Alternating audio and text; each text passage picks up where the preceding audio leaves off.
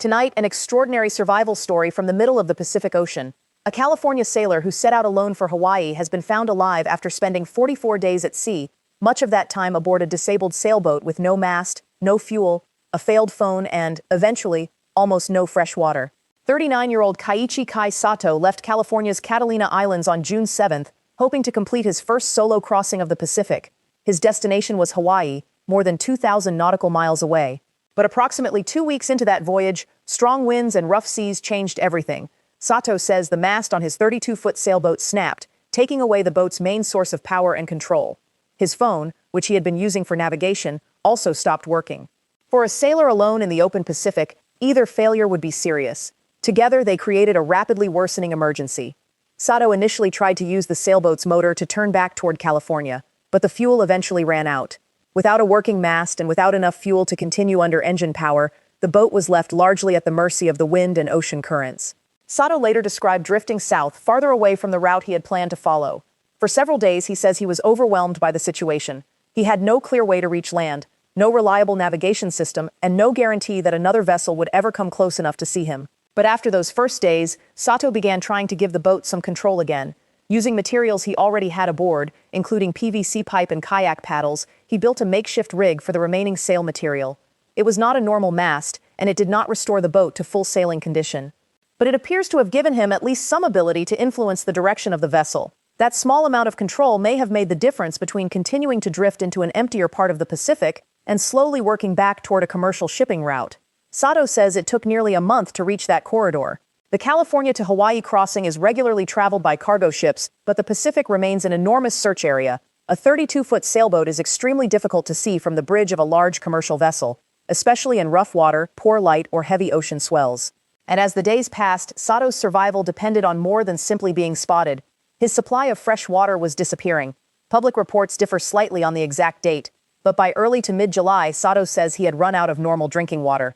That created the most immediate threat to his life. The ocean around him contained more water than he could possibly use, but seawater cannot safely replace fresh water. It contains so much salt that the human body must use additional water to remove that salt. Drinking it can make dehydration worse.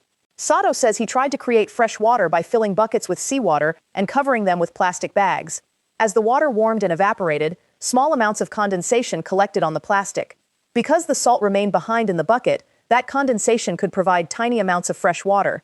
He later said he survived by licking the moisture that formed inside the plastic. The rescue crew's account also says Sato collected some rainwater when conditions allowed. Neither method would have provided a comfortable or reliable supply. A simple condensation system can produce only limited water, and its output depends on sunlight, temperature, the size of the container, and how well the moisture can be captured. At the same time, Sato's food was becoming increasingly limited. He says he mainly ate oatmeal, along with fish and squid that ended up aboard the sailboat. After the fresh water was gone, some food reportedly had to be prepared using seawater. The available reports do not say how much food or water Sato carried when he departed, how much weight he lost, or whether he required medical treatment after the rescue. What they do make clear is that he was dehydrated, exhausted, and facing an increasingly narrow chance of survival. Then, on July 21st, the situation changed. Watchstanders aboard the MV George III, a container ship traveling the route between the United States mainland and Hawaii, noticed a small sailboat in distress. The sailboat was approximately 900 miles from Hawaii. That distance is important. Even after weeks at sea, Sato was still far from land. Without the chance encounter with the George III, he may have remained alone for many more days. The size difference between the two vessels was enormous. Sato's sailboat was 32 feet long. The George III is a 774-foot container ship, more than 24 times the length of the disabled boat. From the deck of the sailboat, the cargo ship would have appeared like a moving wall of steel. But bringing a vessel that large close to a small sailboat is not simple. A container ship cannot stop or turn quickly.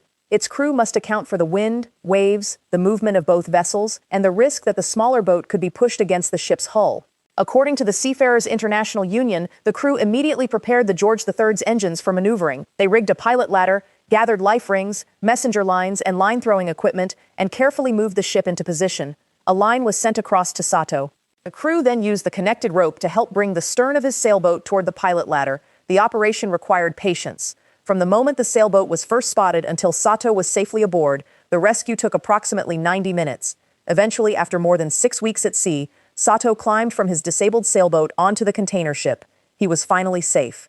The crew gave him water and fruit, followed by clean clothing, a hot meal, and a place to sleep.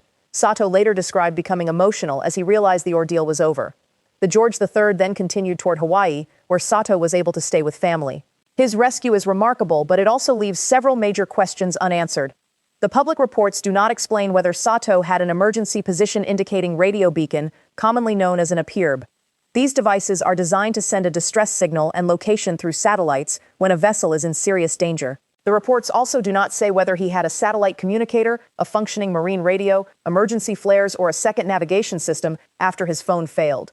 That does not mean he had none of those items. It means those details have not been made public. There is also no clear public account of whether authorities had been searching for him when relatives realized the voyage was overdue, or whether a formal float plan had been left with someone on shore. Those questions matter because a solo Pacific crossing requires several layers of backup equipment.